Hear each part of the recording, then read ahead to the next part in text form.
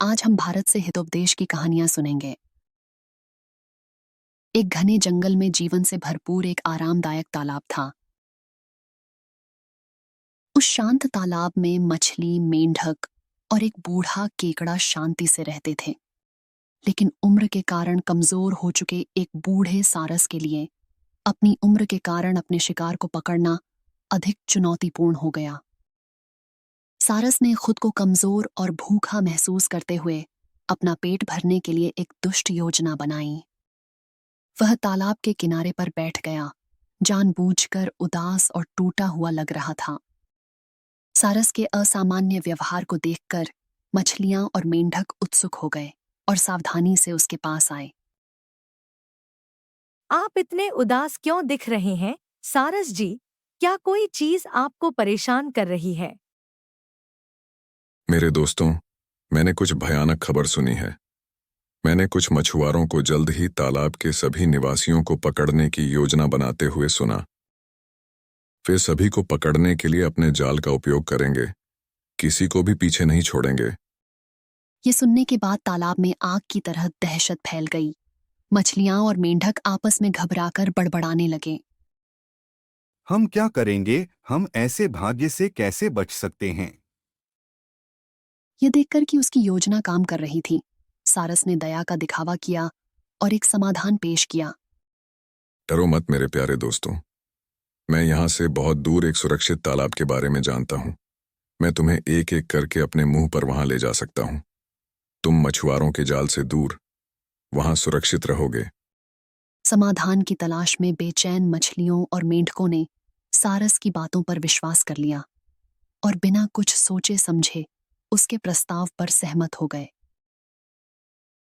हर दिन सारस कुछ मछलियां या मेंढक उठाता और उड़ जाता, उन्हें एक नए सुरक्षित घर में ले जाने का नाटक करता।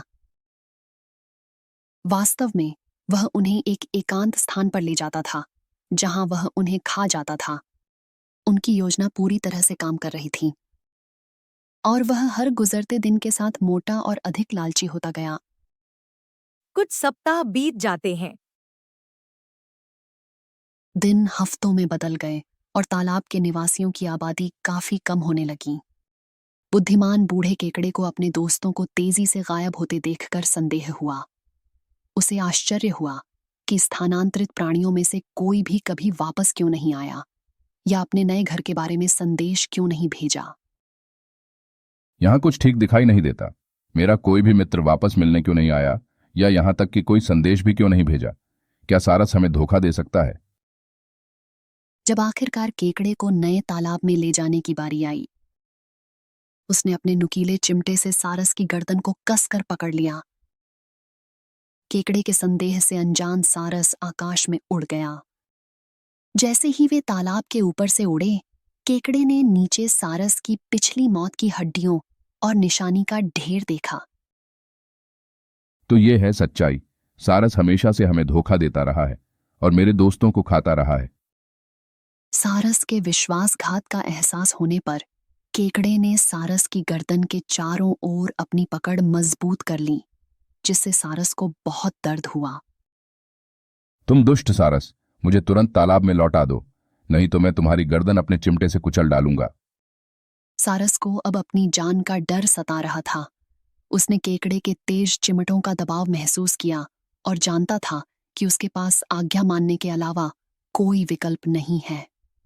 वह दर्द के बावजूद जितनी तेजी से उड़ सकता था, वापस तालाब की ओर मुड़ गया। तालाब में लौटने पर केकड़े ने तुरंत बची हुई मछलियों और मेंढकों को इकट्ठा किया और उन्हें सारस के धोखे के बारे में बताया। मेरे दोस्तों, सारस ने हमें धोखा दिया है। वह हमारे दोस्तों को एकांत जगह पर ले जाकर खा रहा है। हमें उसके विश्वासघात को समाप्त करने के लिए मिलकर इसका अंत करना चाहिए। विश्वासघात और क्रोध की भावना से प्रेरित होकर मछलियों और मेंढकों ने एक साथ मिलकर एक संयुक्त मोर्चा बनाया। उन्होंने सारस का सामना तब किया जब वह तालाब के किनारे खड़ा था, जो अब कमजोर था और भय और दर्द से कांप रहा था। आप हमें इतनी बेरहमी से कैसे धोखा दे सकते हैं? हमने आप पर भरोसा किया। तुम्हें अपने विश्वासघात की कीमत चुकानी पड़ेगी। मेंढक उस पर कूद पड़े और उसे अपने शक्तिशाली पैरों से पीटा, और केकड़ा एक बार फिर उसकी गर्दन पर चढ़ गया।